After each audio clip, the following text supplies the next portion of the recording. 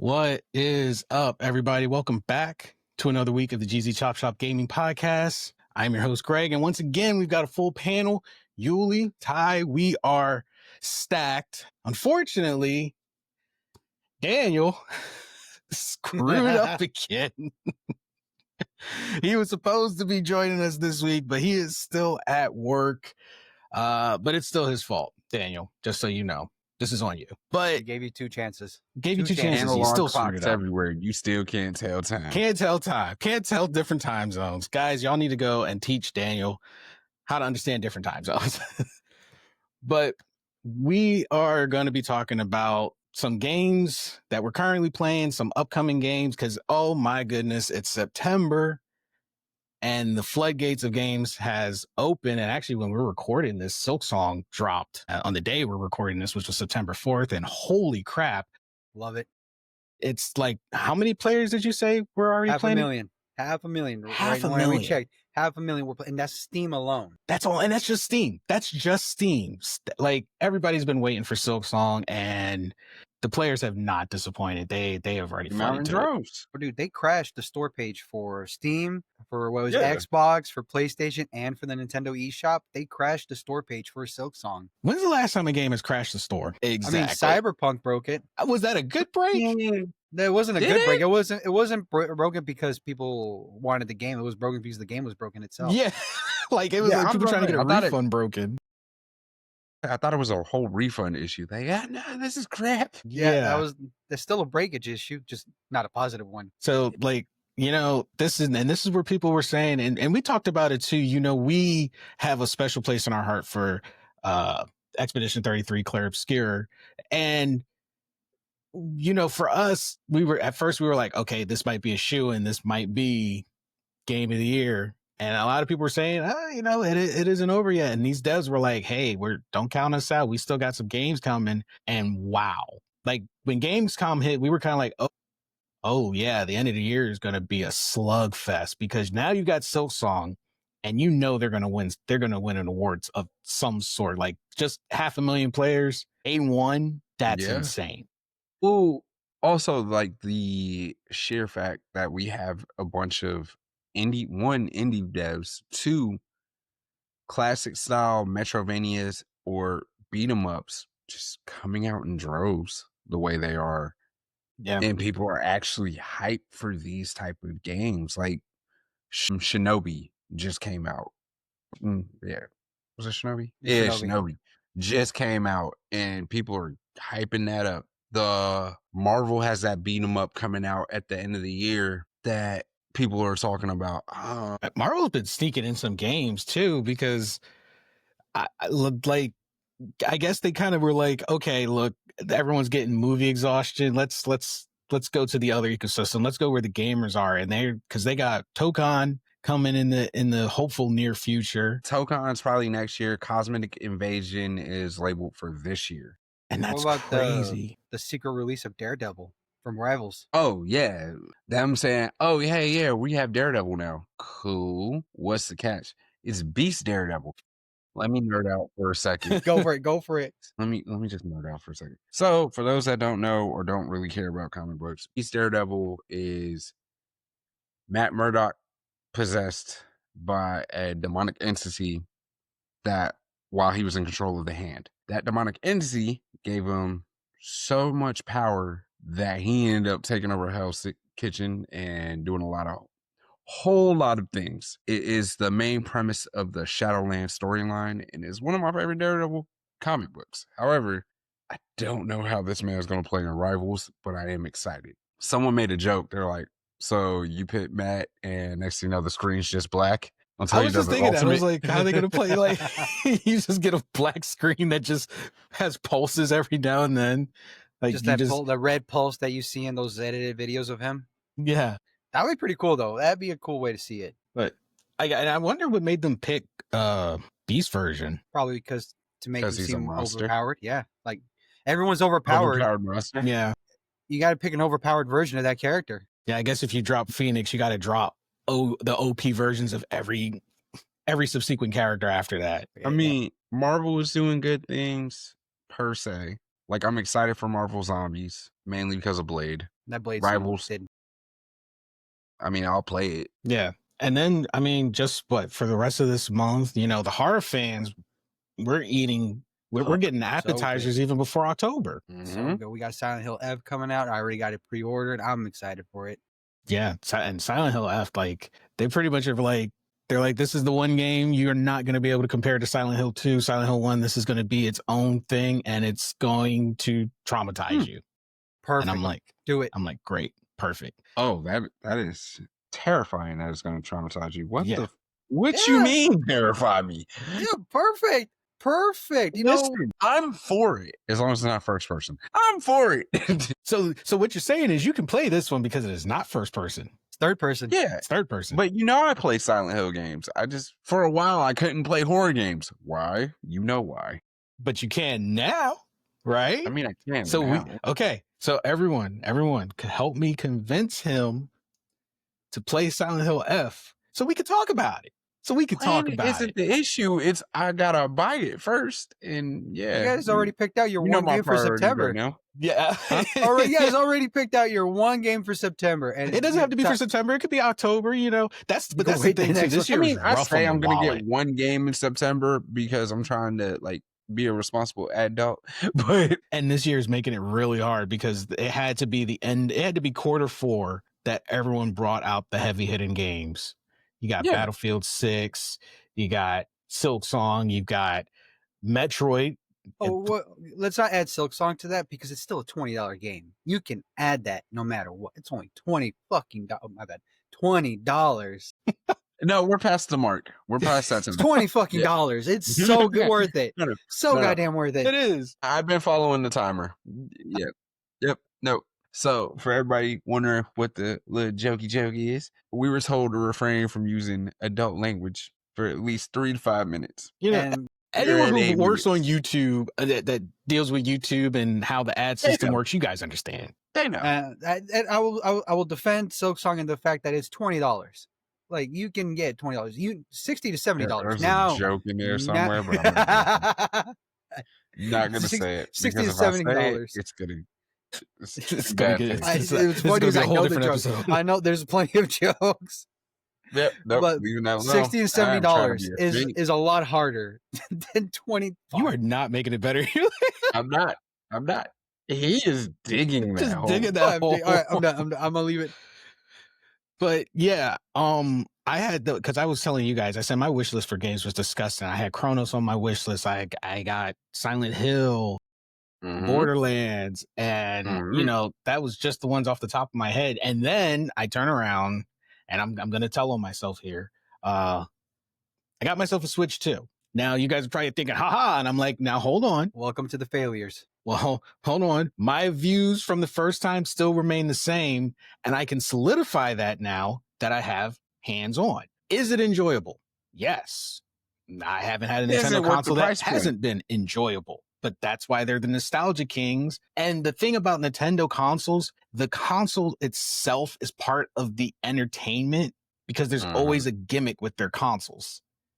So the console itself is part of the gimmick, and it's it feels good to play. The screen is amazing, but Nintendo has. Their Switch 2s on broke. But Nintendo has done the same thing that we got on Sony for, that we got on Xbox for, that all 3 of them do, and it ticks me off. They release the hardware before they have any games to populate it. And a lot of people are like, oh, there's plenty of games. You got Donkey Kong, you got Mario Kart, and you got what else do you have? Everything else is pretty much an upgrade. You're still playing the games from the Switch 1 on your Switch 2. They just run better. Not even that. My beef is still my beef with this whole system, right? You released a PS4 in 2025 and are charging people $400 to $500 for said PS4 in 2025. Only perk to it is you can walk around with it, right? Not a knock on Nintendo, but it is a knock on Nintendo. Like, eventually I'm going to get it, but my stubbornness is outweighing anything else with it. That, and I know who's going to take it if I buy one right now. I know exactly who's going to grab it. It's going to be snatched right out your hands. Stardew Valley. Oh god. Now, I will give Nintendo credit that they've got some good games coming up. And the Switch 2 store is, in my personal opinion, the better of the three stores. I like it even better than the PlayStation store. How they present their games is really good. How they do pre-orders, PlayStation could learn something from Nintendo in this regard of how they do pre-orders. Everyone else Make is you like, drop everything all at once. yeah, they're like, pay up front right here, right now. And Nintendo's like, no, we won't charge you until the week before the game is supposed to be released. But Nintendo's always been like that with pre-orders, because I went through that with Bayonetta 3 when I pre-ordered Bayonetta. I went through that with a couple other games that I pre-ordered on my original Switch. They're like, hey, pre-order now, cool, that's fine. Just make sure you have our money Like a week a before. week prior. And then if somehow, some way, you ain't give us our money, You don't get a game. you can play the game for a little bit, but then it gets delisted off your shit. Yep. And see, and I bought mostly physical games with my original Switch, so I didn't deal with their pre-order system in the store till like, well, actually never. Because most of my Switch games are physical, because that's my thing with Nintendo. I kind of collected their games. Remember where I lived. That's true. Yeah, you had to do digital. Yeah. Because you were in a whole different country. You were on an island. Very, very, very small. But I will say, like, it was kind of funny too, because I was playing yesterday with my girlfriend, and I told her to try the mouse gimmick, and she immediately thought she wasn't going to like it. So, I handed her the controller. I was like, try to use the mouse, just, put it on your lap. And she's like, well, I don't think it's going to work. That works really well. And I was like, yeah, I mean, I don't know what I'm going to use it for. I know they've listed one game for it, but at least we know it works. That's cool. How many games would actually use that feature? How many games actually use a lot of the features they have? Remember how PlayStation came out with all these controller features? The 6-axis from the yeah. PS3.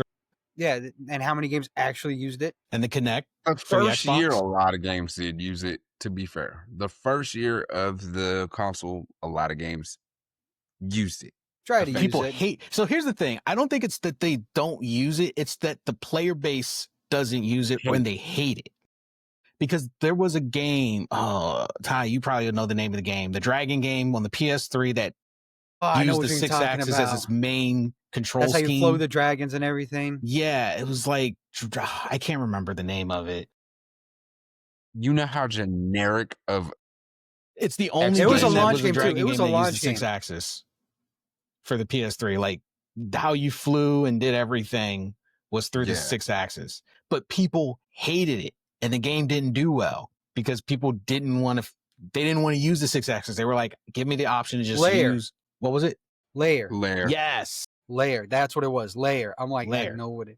Yeah. So I remember. Yeah. outside of the rumble feature of controllers and maybe the speaker, anything that doesn't make the gamer do extra, except for Nintendo, most people aren't going to do. They're going to be like, nope, just give me my joysticks and leave the rest of that crap out of my game. I'm not doing it. You know what feature I did enjoy from the PS5 was the trigger. The haptic triggers? The haptic triggers. Yeah. Yes, I do love the trigger pressure. I do enjoy that a lot. Like, I do love the some trigger games pressure. need it. Like, you're like, all right, oh, this feels like I'm actually firing like an RPG, or I'm charging up my Quasar laser in Helldivers. It feels good. I can tell you now where that gets really, really tricky is because I'm a bum and I have the Pro controller and I don't use the haptic. I use the paddles. Yeah, I use paddles, so it doesn't have that. Oh. So I'm like, oh, okay. Yeah, I love, because that's a little bit of immersion, and it like I said, it doesn't take the gamer extra effort. So most people probably use it by default. Like if the game has it by default, they probably use it unless they don't like the way it feels, and then they turn it off. Oh God, I'm surprised they kept the touchpad though. What, on the Switch? No, on the PS. No, on the controller.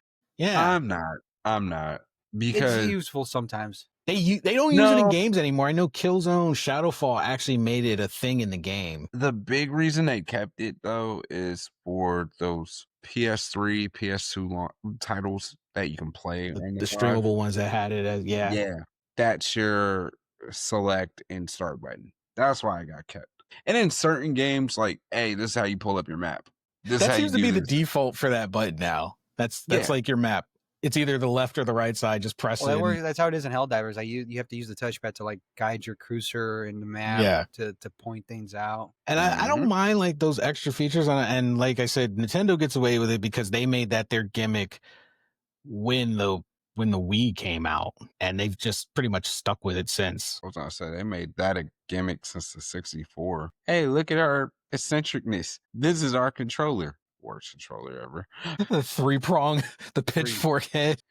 It's like, Yeah. where's that third prong go? You just shove it up your ass, and that's how you play right there. Right up the Legs in the air. But here's the thing: that third prong, all it is what we used for a nunchuck for the Wii. That's what it was. It was the left nunchuck. Yeah, I never understood the thought process behind the N64 Crack controller. Crack was the thought process. It really it was the weirdest controller, but I mean, we all still played the games, we still used it. And I will say too that the N64 was when Nintendo really leaned into making the console like part toy too, with the expansion pack, the rumble pack, the memory pack. Like they had all, like, when you think about Collectible accessories, editions. no one beats Nintendo. Every time. I had a mega Game Boy Color. Like I turned my Game Boy Color into like an unnecessary behemoth with the shock and rock that went on the bottom, and then the big magnified the magnifying glass with the speakers. The flashlight. Yeah, so unnecessary. And very. And they had a printer. Yeah, I know. They had the printer for Pokemon. So when you finished your Pokedex, you could print out your sticker to show all the friends who didn't care that you finished your Pokedex. And the camera. Don't forget, this was like the first selfie you could take with the portable device. Oh yeah, that's right. Huh? It was yeah. Nintendo they definitely cornered the market on unnecessary accessories. Don't get me started on the DS and all you goddamn puppy killers. Rest in peace, all the Nintendogs. Yep. R.I.P. Yep. We won't talk about Nintendogs and go and breaking some hearts. But every time. So I know, Ty, you and I will be on Borderlands. Yeah. Not I appreciate you about that, by the way. Thank you for having solidarity. I felt so bad because I was like, I'm so lonely. Yes, I am. I said I was gonna get it now that I didn't have to pay for Silent Hill F. Yeah, that opens up. Yeah, see, we gotta do a whole squad on Borderlands, and I'm not gonna lie. The closer the release date gets, the more excited I am that I made that my pick for my main game for the month. When I heard the particular developer, but the company itself, I appreciate. It's just one particular person I'm not a huge fan of. But hey, you know what? You made Borderlands. I can't hate you too much. Too much. Now give me some free golden keys and move on. I mean, they do every time. So here's exactly what's going to happen, right? It happens every Borderlands release. You're going to get on Twitter. You're going to see via Borderlands, hey, look, all these golden keys or all these diamond keys for the previous Borderlands game. And hey, yeah, here's a couple keys for the new one that's coming out. They did it with 3. They did it with 3 and 2. Yep, you're absolutely right. Did it with Tiny Tina's Wonderland. They do it all the time. And it's just like, all right, so now I got to focus back on Twitter and Borderlands again. Damn it. Racist post, golden key. Racist post, golden key. Golden key. Yeah, that's pretty much how you got to do it. It's like, just where's the key? A monkey. Damn it, Yuli. But yeah, I am. And also because it's, it's a classic and near and dear to my heart. I am going to get Final Fantasy Tactics. Yeah, at the end of the month. Yeah, I am going to get that. End of the month. I'm going for that too. Yeah, they said they made Cloud easier to use. I don't know how people struggled with Cloud originally. Huh? Wait. I'm surprised they're putting Cloud back in the game. Yeah, because they definitely were like, oh, yeah, the War of the Lions stuff isn't going to be in this version. And I thought Cloud was War of the Lions, but maybe That's I'm how wrong. I remember it. But okay. What they're probably going to do, because here's the thing. Mm-hmm. If we're just going to call a spade, a good 90% of the Western Final Fantasy audience are all about Cloud and Sephiroth. You're not going to get me to rant today. Do it. It is Not all about about Cloud Final and That would be a Fantasy. Sephiroth. whole You're not different gonna get me. episode if You're he not starts on getting me that. on this hill. that I Everywhere you will go die and there's a on. Final Fantasy in the Western audience, you could just start singing the Sephiroth.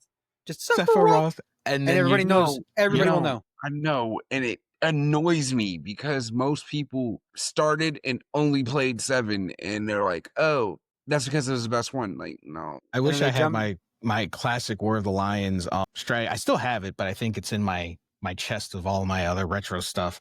I was wanted one to of see the what the special characters from other Final Fantasies were in War of the Lions because I don't remember. And I will be very upset if I they don't just think there pulled was Cloud. one. I think it was just Cloud. I think there was another one. I think there was another one that they added, but I can't remember. And of course I'll have to look after the show's wrapped up and maybe I'll put it in a social media post or something. But if you guys remember, comment under the video who the characters were for War of the Lions if you do remember.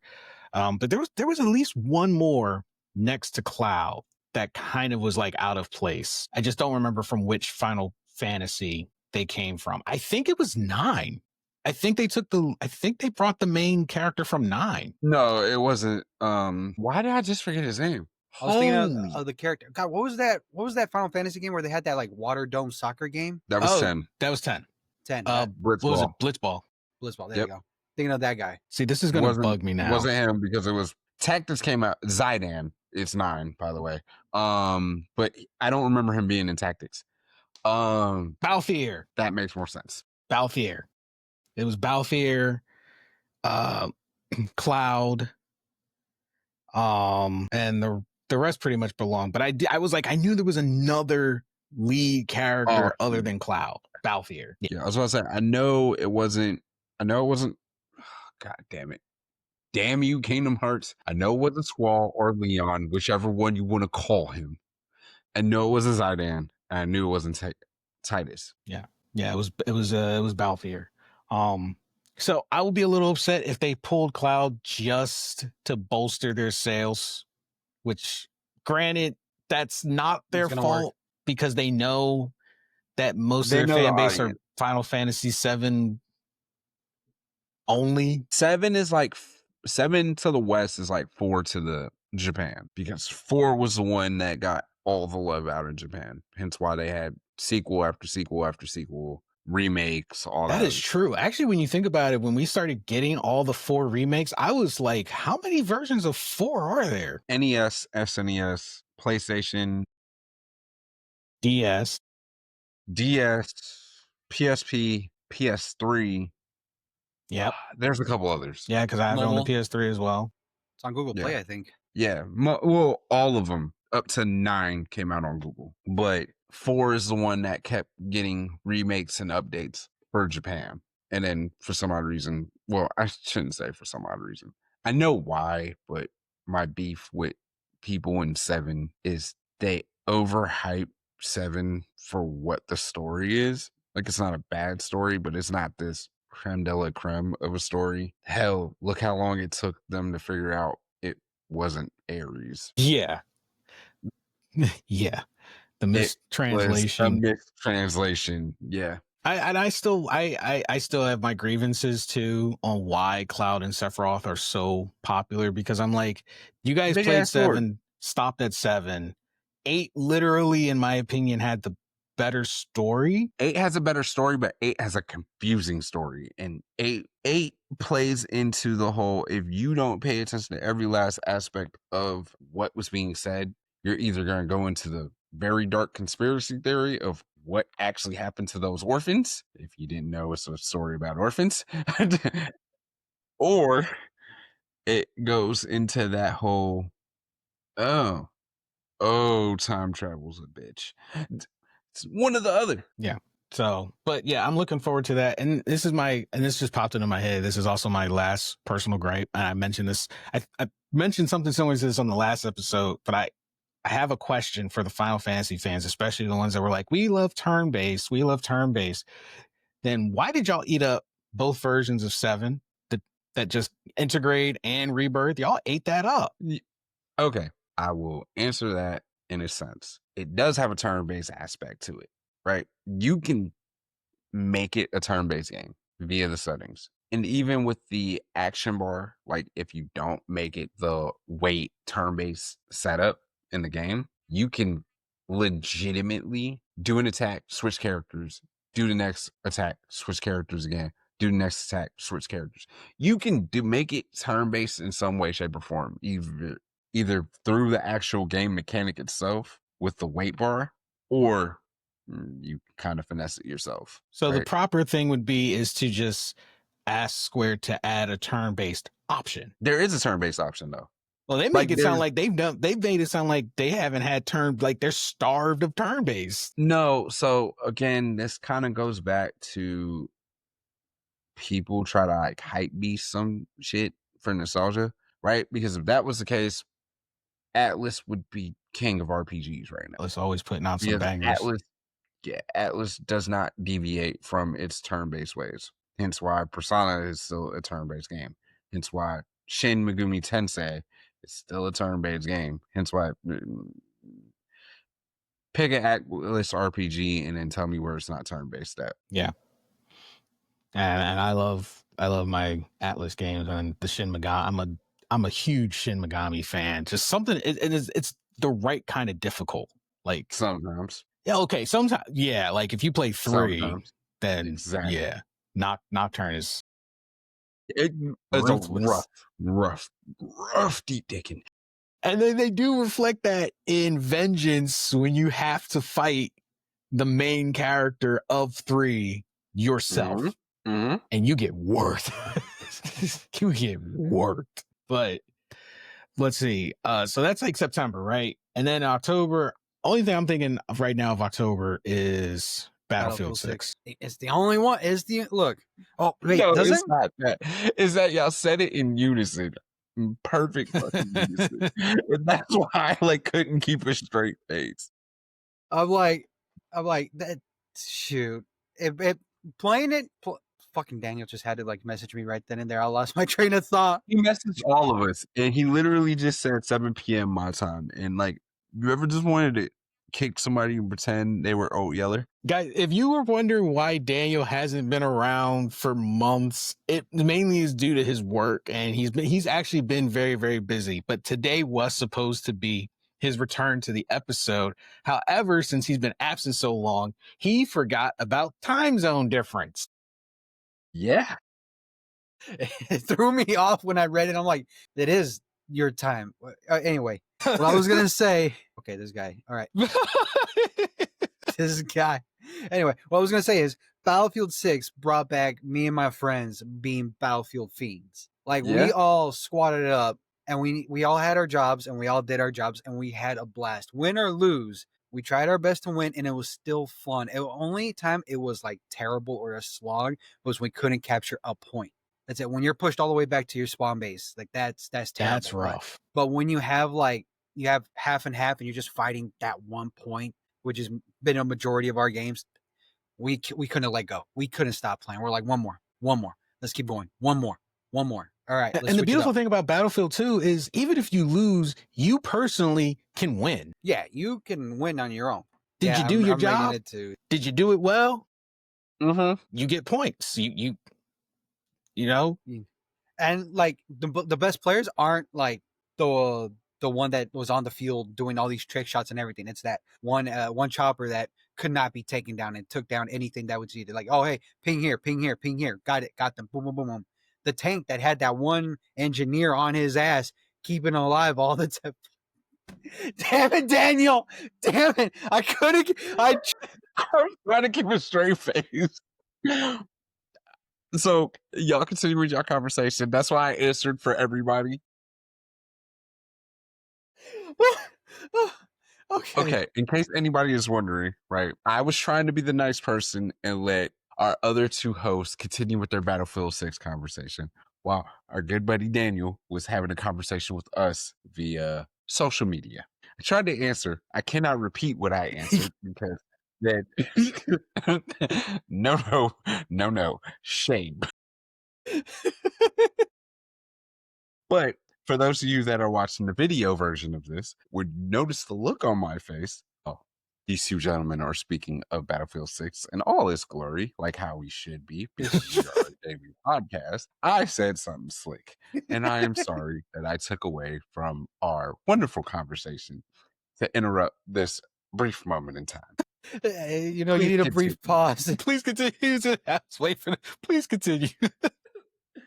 Anyway, it brought back the fun of what was missing in 2042 because people didn't like 5. I enjoyed 5 because it still kept that Battlefield feel. It was just World War II, and there was just a lot of things that, you know, they kind of it wasn't that fun. But I got beef with that because so many people love to say, yo, I want to be back in trench warfare. And then when they finally get the game that's back in trench warfare, now, oh my God, this is so stupid, blah, blah, blah. Because they did the same thing with COD when it was like COD World War II. They're like, nah, we didn't want this. We wanted something else. I will Cool. So defend. we're going to go back to jetpacks. Yeah, I will defend World War II. World War II had a good story. It was a fun story.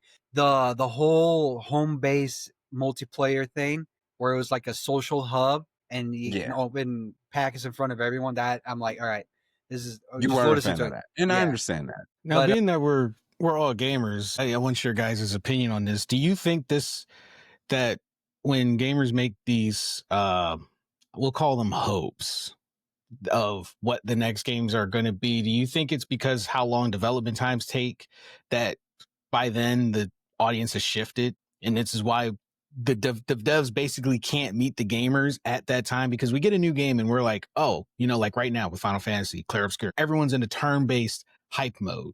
Games that have already been turn-based are starting to get a lot of love. And by the time the next Final Fantasy comes out, if they're sticking with how they want to do it, do you guys think that the whole market's going to shift again and they're going to be like, no, we want an action Final Fantasy, or we want more? No. So I think that's very specific to Final Fantasy. Fantasy. Yeah, with Final Fantasy specifically, I think people are still going to be on that timing where it's like, oh, we need it to be turn-based, even though it really hasn't been turn-based since 10. Right, to be completely serious about it, 13 had a unique system. It was like the ATB system, I think is what they call it. It had turn-based aspects, but it wasn't turn-based because you could still move around and everything else like that. There was caveats behind it. 13 wasn't like that. 13-2, completely different system, and then Lightning Returns was completely different from all of them. 14, well, 14 is 14. We know what 14 is. 14 is a whole different. 14 is 14. I love 14. 14 is still fun. 15 was it's dipping a toe into it being straight up an action RPG, but it still had some little tweaks of a turn system, kinda depends on what kind of magic you were using and everything else like that.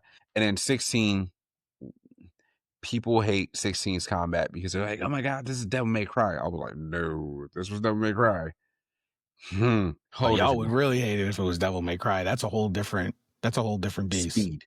Yeah. That's a whole different tempo. Yeah. I trust. And we've played from both. So yeah.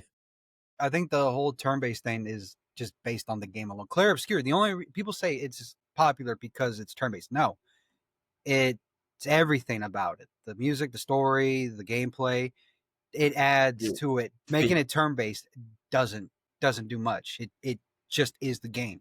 That's like, yeah. It goes back to my whole point of like, if turn-based was the key point, Atlas RPGs would be more popular. Like Metaphor is honestly its most popular RPG. And the soundtrack played a huge part in that. And then people were like, yeah, the story's actually kind of good. Yeah. And I was like, yeah, a lot of their games operate like this. Did you guys not know? And kudos to the gamers who have been saying that. And they're like, oh man, this is the era of turn-based games. This is what we need. And people were showing like Atlas games. They're like, what do you mean? These games have been around for years. Been like this. They continuously been like this. Like I think they drop at least one a year. They do at least 2. Atlas drops about 2 games every year for RPGs, right? Yeah, they already dropped their 2 this year because it was Reload and the remake for one of their old games. I can't think of the name of it right now, but they all. Yeah, you know what I'm talking about. Yeah. And it just came out. Mm-hmm. Because he's a character that is in Shin Megami 5. Yes, Oh, but it was also based off a older game. Yeah. Let me see. Crap. Now, and it was, I saw the ads for it all the time. Now I can't remember the name of it. Raydu Remastered? Yes. The Mystery of the Yes. Soulless Army. Yep, Yes. that's the one. That's the one. And the second one was Persona 5 Phantom X, released in the same month. Jesus. Yeah, they tend to do that, especially when they have a very popular Persona game. One thing Atlas does do, they milk it to death for years. Worth There's it, a though, reason some- 5 has almost had 10 years of straight up story. What was that one that I sent you? It's like, I'm going to beat this guy up so I can sleep with my teacher and prove him wrong or something. That was 5. That's a That was- 5. That's 5. That was 5. Yeah, and for those of you who haven't played it, teacher, it's probably 5. hey, if any of you are confused by that, play 5 and you'll figure out what I mean. Yeah. No, that was 5. Yep. And if you don't want to I play was wrong. 5, just, Reloaded came out last year. yeah, just look it up on YouTube. Someone's probably done it and put it on YouTube And defended it. Yep. and defended it. And defended it. 100%. Just YouTube it if you don't want to play the entire game and do that for yourself. Watch the Yeah, 4-hour granted. stream of that one story. Atlas RPGs have a unique little place in my heart, and I love everything about Atlas RPGs, especially the Persona series. The confidant system is kind of where I get a little dirty. It's like, you need a girlfriend. Please no. Please no. I know This a is lot of team. people have they've been asking for like a lot less games to do. And I think it's just probably that they happen to pick the games that do it, but they were like, can we not have dating in the games? And I'm like, I actually have in mind because a lot of games have deviated from it. Here's my problem with Atlas with that. So, yeah, they do it. Yeah, it's fine. But They definitely don't Persona consider the 5 Western audience when they do it. Persona 5, everybody's in high school. Yeah. They're on their second to last year. Cool, that's fine. Most of your choices are about your age. Cool, that's fine. Then you have 3 choices that are not your age, and it gets weird. Yeah. You have your teacher, you have a full-on doctor, and you have your guardian's daughter, who is younger than you. Yeah. And I know, So I it's like, think a lot of hey, people well- picked that last one. No, not a lot of people. Unfortunately. There's a niche group that picks her, and I'm like, Oh, it's the case of being the louder group. yeah. They're like, ooh, Futaba's bae. Stop it. Stop it. She is 14. That is a child. You're about to be 18. Stop it. I wondered, like, and you know, a lot of Don't defend it in the comments. please No, don't defend don't it. Please defend don't it in the defend it. comments. Yeah, please don't. But pot, meat, kettle, I always pick the homeroom teacher, mainly because of the perks. But it's like, well, she's about my age. And I think, oh, God damn it. My character's 17. Yeah, she's your If you have to think age, about that, that's the thing. not your character's age. But no, I'm wondering what Atlas has against doing a Persona with an older entourage. Like they obviously introduce older characters, so why not It's have one with an been older entourage? asked. It's been asked, and that is a thing that people are asking for 6 to be at a minimum. Let them be college students, because cast of 1, cool, you don't really see it happen. Cast of 2, you don't really see it happen. Cast of 3, you do see them become full-on adults, and that's if you follow 3 all the way through all its sequels. Because fun fact for those of you that don't know, Persona 4 Arena and Persona 4 Arena Ultimax is a sequel to Persona 3, is a direct sequel to Persona 3 that tells their story, crew of Persona 3's story. Yep. That's why I said don't check. Daniel's at it again, everybody. Daniel is defending himself, and he should just accept the blame. Yep. But yeah, anywho, I am excited for Borderlands 4. Damn it, Randy. Damn it. Gets us every time, man. Yeah. I'm only, I will and I'll be completely honest, I'm more excited for Borderlands 4, not even because I'm a Borderlands fan, but it's such a fun party game. It like Friendship. yeah, like you're rewarded for being chaotic. Kinda don't like the fact that we don't see the same loot. because I just kind of like stealing my friends' loot and just making fun of them. I am so glad you can't do. Yeah. I would Anymore. hate you so can't do it anymore. They removed that So because of glad that. about that. Yeah. Your friend, you just walk over and see your friend just suck up that one rare gun that came out and then try to walk away like you didn't just witness them take the gun. No. This is why I don't play Apex Legends, because I do that so much that people leave mid-match. They're done. You opened that crate. Yoink, yoink, yoink, yoink. It's just like a vacuum cleaner. And like I said, for me, at the end of the year, I just wanted to know, when's Metroid dropping? They when said is Octopath Traveler 0 dropping? That's another date I want to know. December 4th. Yeah. Ooh. And then don't forget, you got, for the Dragon Quest fans, you guys are getting 1 and 2. I don't know why they did 3 first, but you're getting 1 and 2 together. That's coming out before the end of the year. They're HD remakes. So now you'll have all 3 of them as an HD remake. And like Yuli mentioned, Octopath Traveler, that's in December. All of these games are coming out for the most part before the Game Awards. So I'm like, they're trying to pull a solo I feel like leveling with Nintendo's going to do the recency same bias. thing with Metroid. Like right before the Game Awards, they're going to drop Metroid because they did it with Wonder. They did do that one. They did it with Wonder. They got that Metroid 4 has a lot of people behind it that is like fiending for it, and I'm one of them, and I know a lot more people on this side of the hemisphere who are like fiending for it. And even after December comes and goes, it's not over. We start 2026 pretty strong. We're getting Requiem in the beginning, in the first quarter. We're getting James Bond. We're getting 007 in the first quarter. They got a date for that. Excited for that. Yeah, I think that's March. Something like that. It's February or March. So we're getting. As soon as I found out who the developers were, I'm like, oh, it's a bag. It's a bag. Oh no, they know how to do these kind of games. It's a bag. And I think they're going to catch the actual essence of Bond the way the Daniel Craig movies went for it in the beginning, where he was more They raw. went full on. I think IO is going to actually pay homage to how Bond is in his peak. And that's what I want. I don't want the clean cut, catchy one liner, Pierce Brosnan Bond anymore. You want the one that struggles a little bit, that got some little roughness to it. Right. Yes. I want Bond struggling. Yeah, it's definitely sounds like we're getting a gritty Bond, and it works like it. And I'm actually like legit excited for a strong appearing first person shooter. Yeah. Have they dropped I didn't even look. Now I can think is there a rating for it already? No, I didn't see one in the trailer. Because most Bond games are rated T for teen, and I'm holding on to hope that it's rated M for mature. Because well, I mean, if it's from interactive. them, I was gonna say if it's from them, it's pretty sure it's gonna be that. They don't usually. It is currently pending a mature rating. Yeah, nice. There you go. According to the Xbox store. I may be incorrect in this, but would that be the first 00? Yes. Yeah. No. Because wasn't there? Didn't one of the Daniel Craig ones have an M rating? GoldenEye.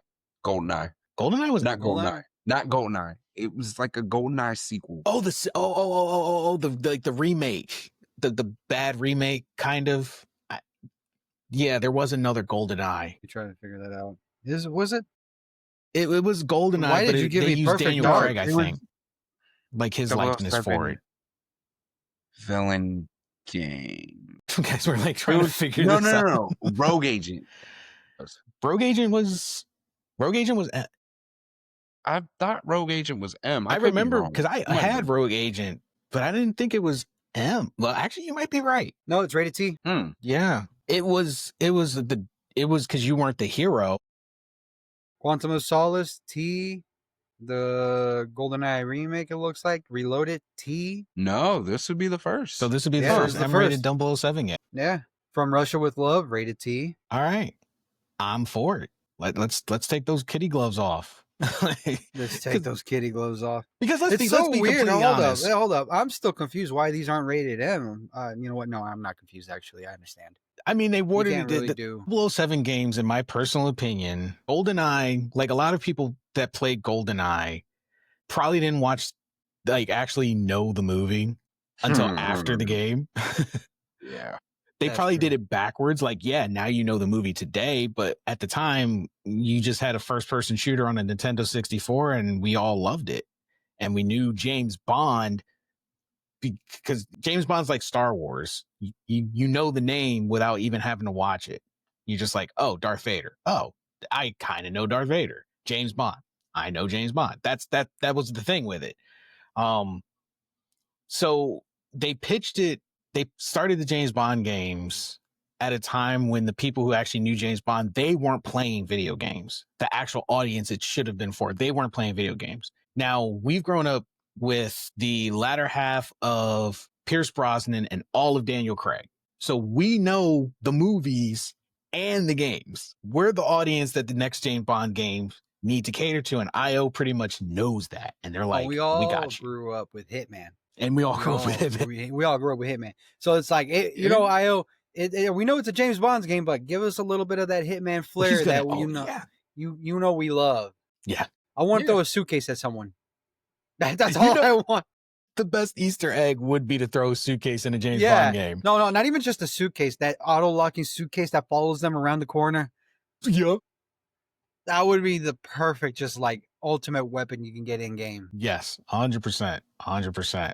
But we are pretty much all out of time. We covered a lot of different games. Pretty much we just wanted to have a gaming conversation and show you guys the things that we're excited for. And we would love to hear from you guys. What are you excited for? Forgot to mention one coming out, Pokemon. Pokemon. Say what you will. How did I forget so Pokemon? What you say. Say what you say. Say what you're going to say. Yeah, it looks terrible. Yeah, the graphics are bad. Who cares? No, I want Pokemon. You know what? I like Pokemon. I love Pokemon. I love Pokemon. I love Pokemon. Look, I can't wait to do the 4-way free-for-all battles. See, two of us here, I consider us failures. Because I said, the Switch 2 is a dumb idea. I'm still going to buy it.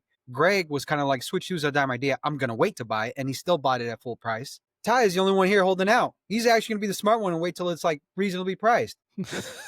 It's a contagious thing. It's a contagious thing. So. At the same time, in my poor excuse coverage for myself, and I will admit it's poor excuse.